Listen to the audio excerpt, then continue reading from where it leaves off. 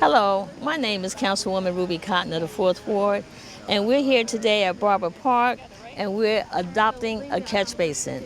And I'm here along with my green team, with Martha and Miss Frances Harris, but I came up with this idea a couple of years ago where we had a severely bad flood on the street that I live on 27th Street.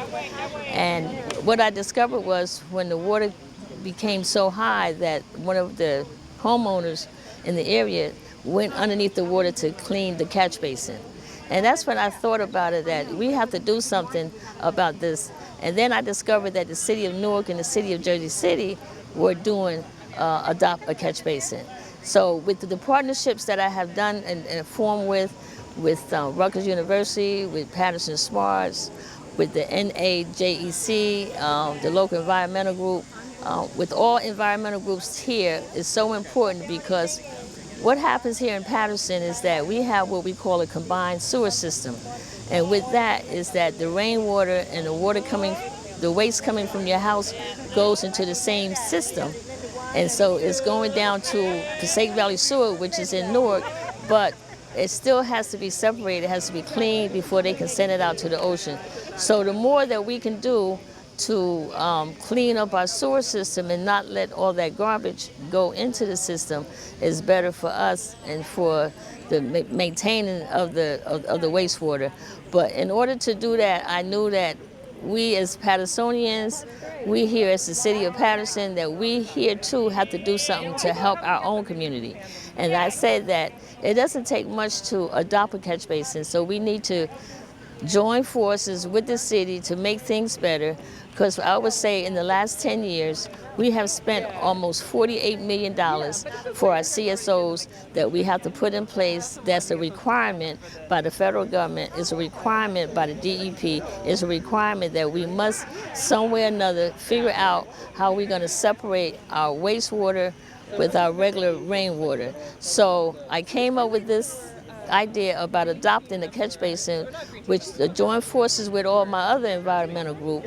But I find is that they were on board, and we want to also do more rainforests, and we want to try to get St. Luke Baptist Church with Reverend Clayton, where we can conserve some of the rainwater that's coming down, that we can be able to use some of the rainwater for other sources that we can use in the city.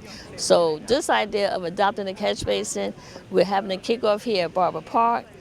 Barber Park, as you know, was a drug-infested park. If you can see it with all the community members that have come forth together to transform this park, you will see that together as a community we can do so many good things, and we join forces with each other.